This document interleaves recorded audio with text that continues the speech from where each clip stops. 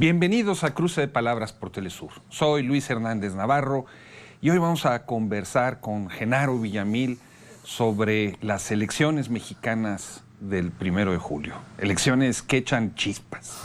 Genaro es periodista en la revista Proceso, autor de múltiples libros, del último de ellos, Cleptocracia, condenado a convertirse en un clásico, y un gran especialista en cuestiones de comunicación. Genaro, muchas gracias por estar con nosotros. Al contrario, muchas gracias, Luis. Buenas noches.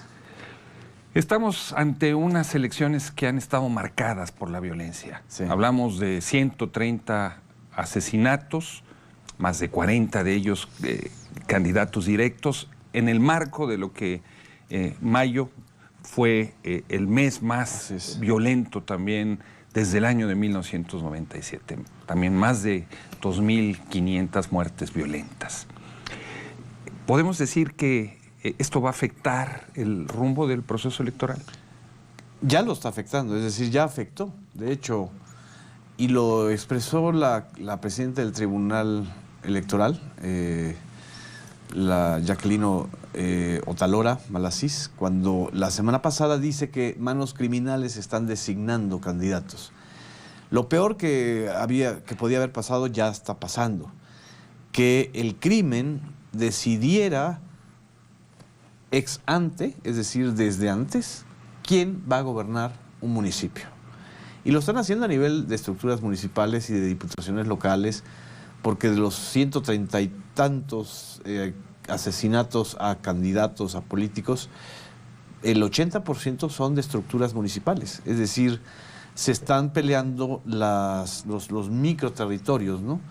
Y esta violencia es tremenda, porque entonces te está indicando que pues toda la estructura electoral y las reglas de los partidos y las reglas del INE y del tribunal pues valen gorro cuando alguien decide eliminar físicamente a otra persona, y el nivel de impunidad es altísimo. Déjate el número de muertos. Creo que solo se han resuelto 2 casos de los 130 y tantos crímenes a aspirantes y candidatos que han ocurrido durante este proceso. Es una cifra elevadísima. No hay comparación con el 2012. En el 2012 creo que hubo 15 asesinatos de políticos, pero ni siquiera eran candidatos. Estamos hablando de que esa violencia es tan solo la punta del iceberg de la participación del crimen organizado en los comicios. Porque ellos tienen control de territorio, mucha gente, dinero, capacidad para influir en el proceso electoral más allá de estas muertes. ¿Tú crees que lo vayan a hacer este 1 de julio? Yo creo que lo están haciendo, es decir, porque también no creo que sean los criminales que están afuera de la estructura de gobierno. Yo creo que eso son estructuras desdobladas, es decir, son sicarios que a final de cuentas no están ajenos a la estructura de poder y de estructura, pues sobre todo de la estructura policíaca de los municipios y de los estados en donde se están generando estos crímenes.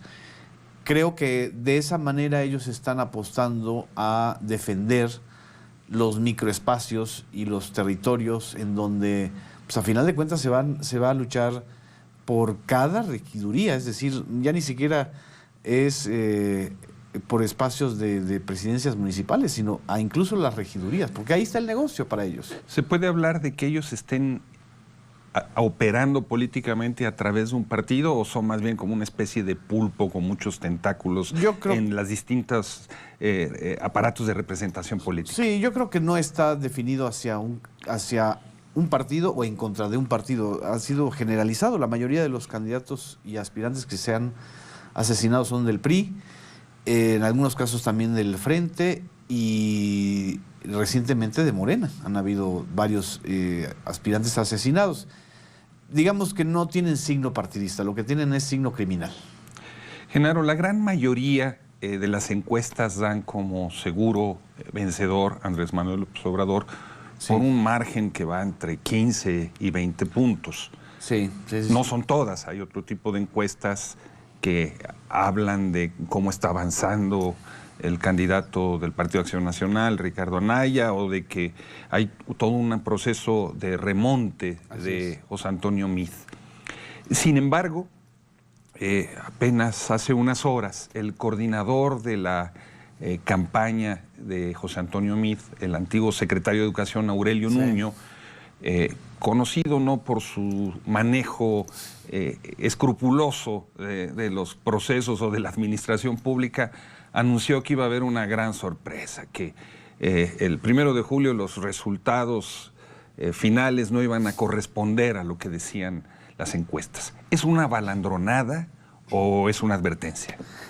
Qué bueno que me preguntas de eso, porque justamente ayer yo lancé varios mensajes, incluso grabé un Facebook Live justamente en contra de esta línea de argumentación de Aurelio Nuño. Porque si fuera pues cualquier Juanito cualquiera el que dice eso, pues es una balandronada.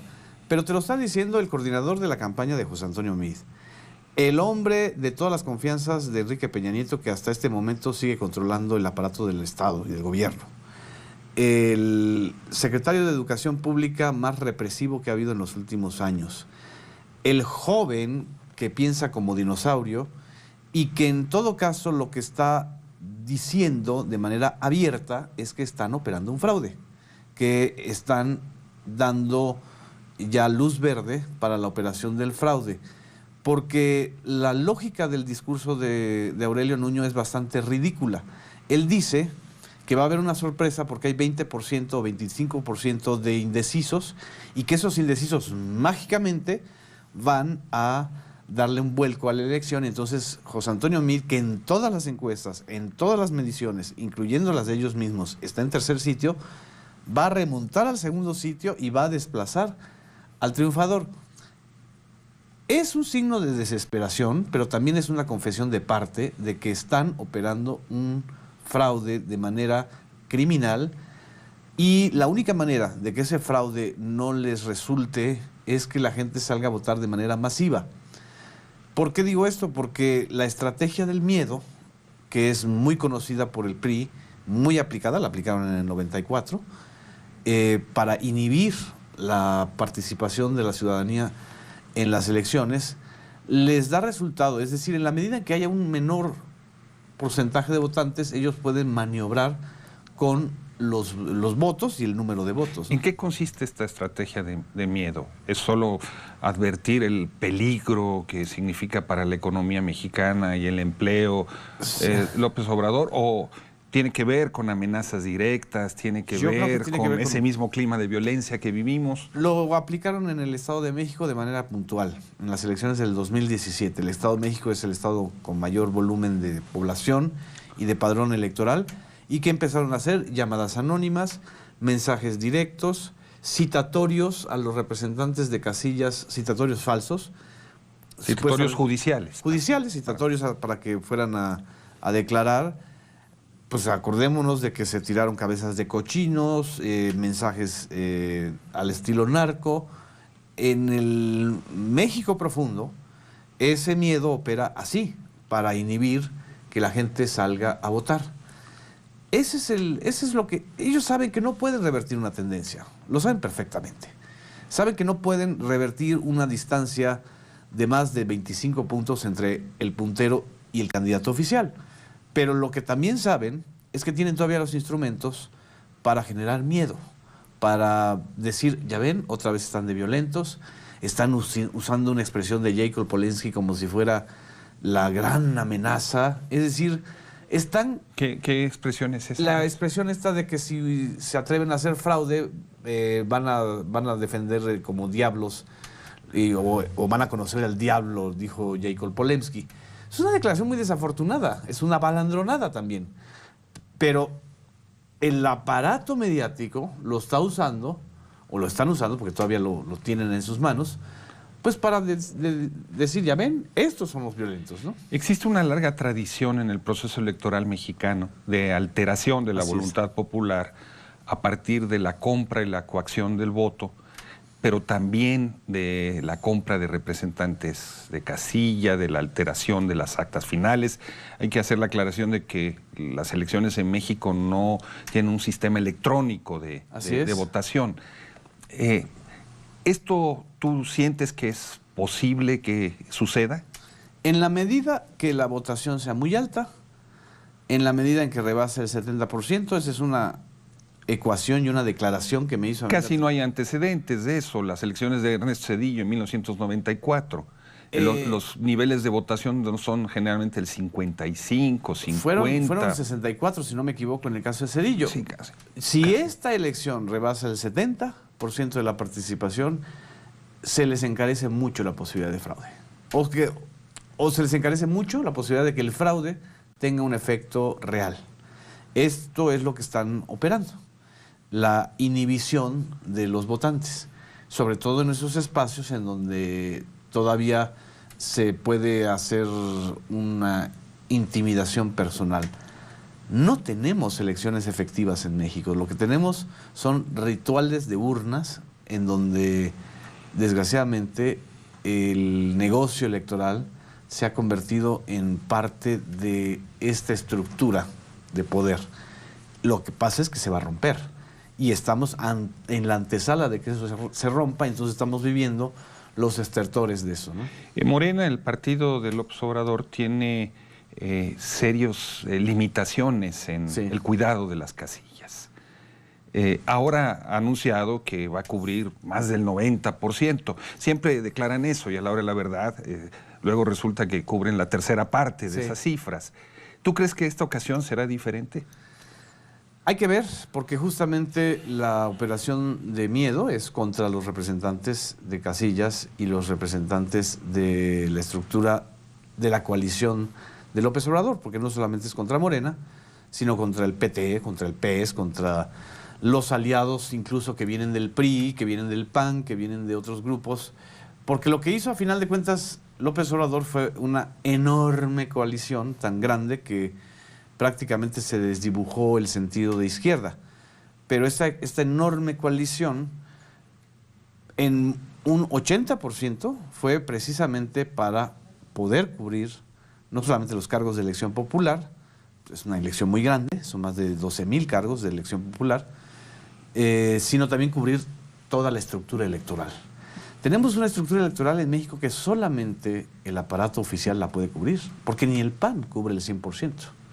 El PAN, que es un partido tan antiguo como el PRI, no cubre el 100% de las casillas, ¿no? ¿Te parece, Genaro, si vamos a una pequeña pausa? Sí, cómo no. Y a ustedes, amigos, amigas, los invitamos a que continúen con nosotros. Volvemos en muy breves instantes.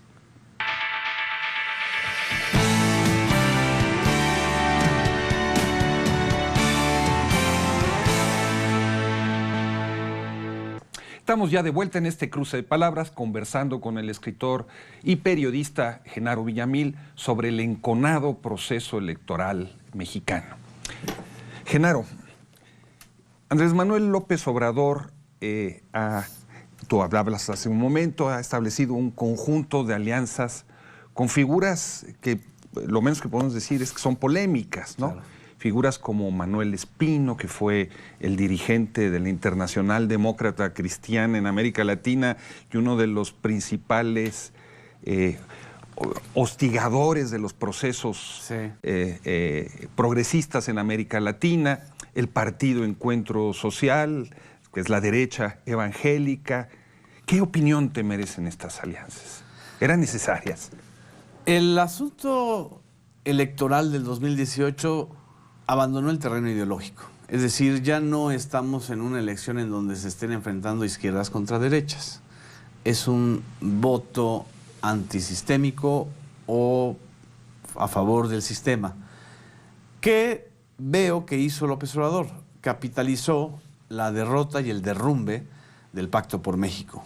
¿Qué es el Pacto por México? Para quienes no sepan, el Pacto por México fue la operación que realizó el partido en el poder, el PRI, con el PAN y con el PRD y con el Partido Verde para sacar adelante las 11 reformas estructurales, muy polémicas todas, del sexenio de Enrique Peña Nieto.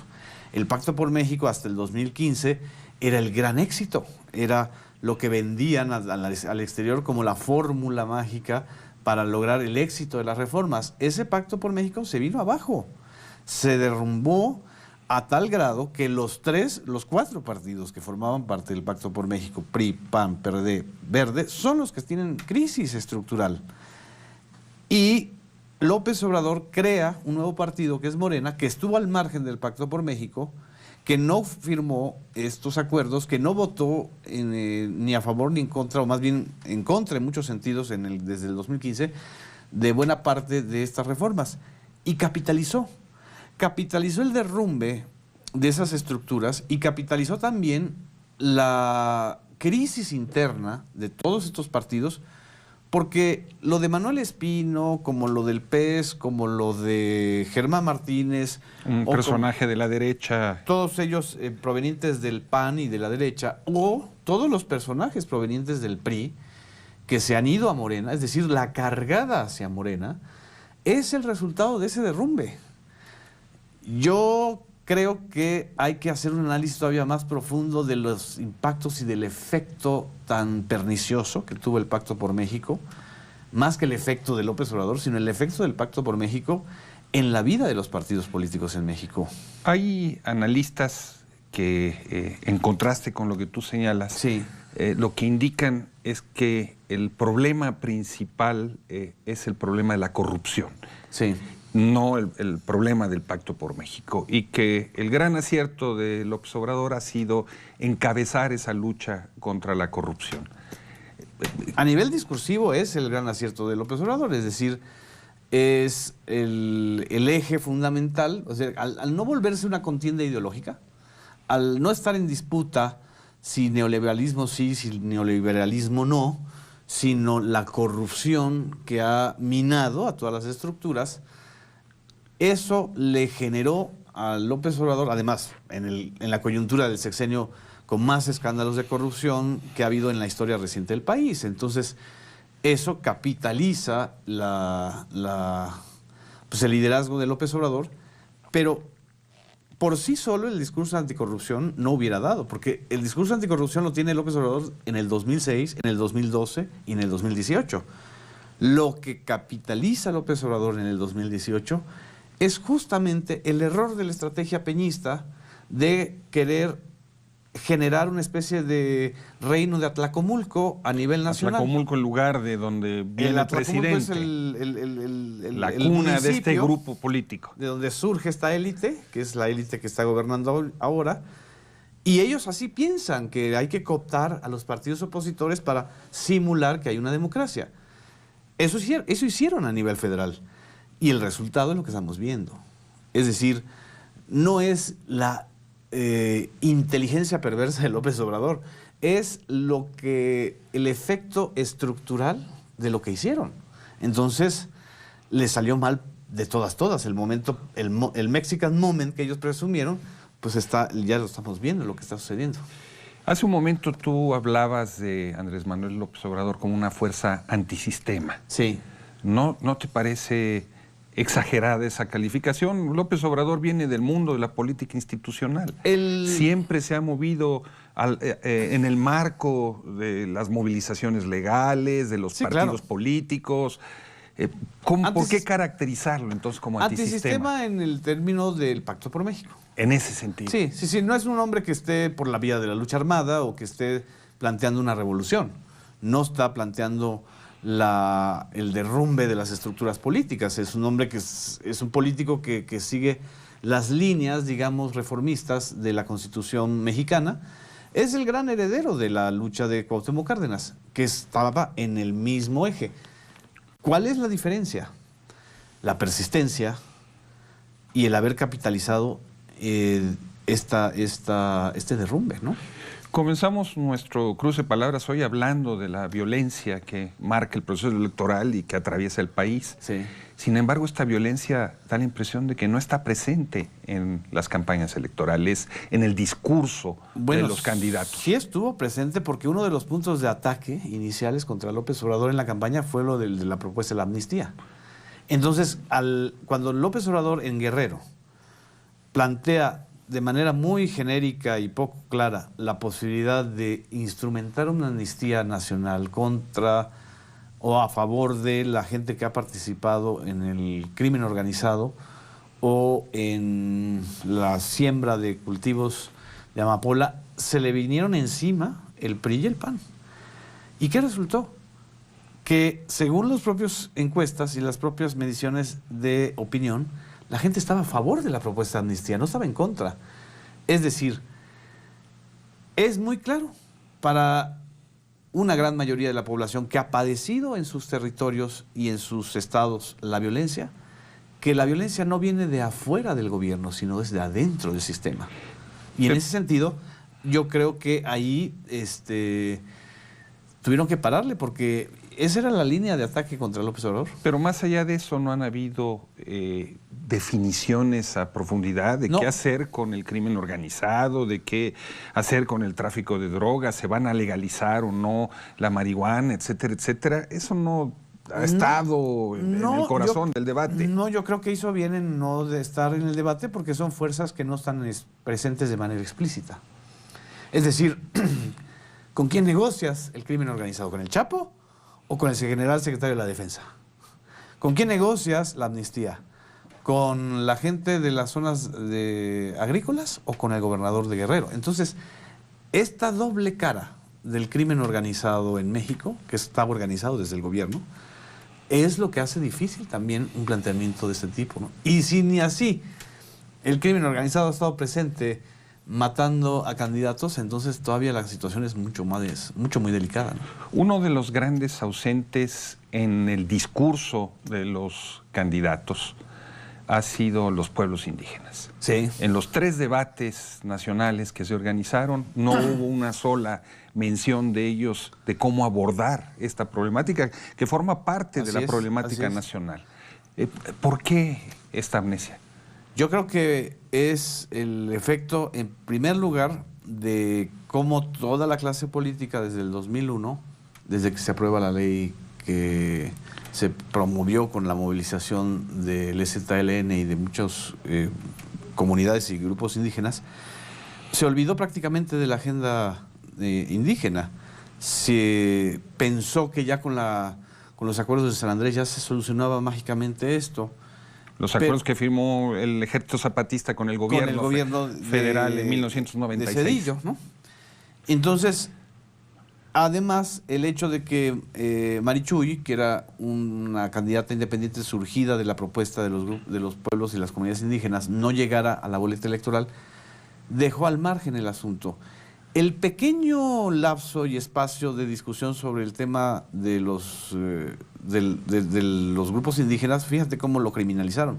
Era el tema de Nestora Salgado, la candidata a senadora. Que fue comandante de la Policía Comunitaria de Olinalá. En Guerrero, sí. Y que evidentemente el modelo de Policía Comunitaria de Olinalá Guerrero responde a una legislación estatal que tiene que ver con las costumbres y los usos y costumbres de las comunidades indígenas de Guerrero. Apenas estaba saliendo ese asunto y el PRI se fue a la yugular contra ella. Es decir, la convirtió incluso en adversaria política federal, ignorando todo el tema indígena. Yo creo que ahí las tres fuerzas, bueno, la cuarta no tiene importancia, que es Jaime Rodríguez el Bronco, es un criminal en acción, ¿no? Y confeso, además. Las 3 grandes fuerzas ignoraron completamente el tema indígena, ¿no? ¿Y por qué crees que lo hicieron?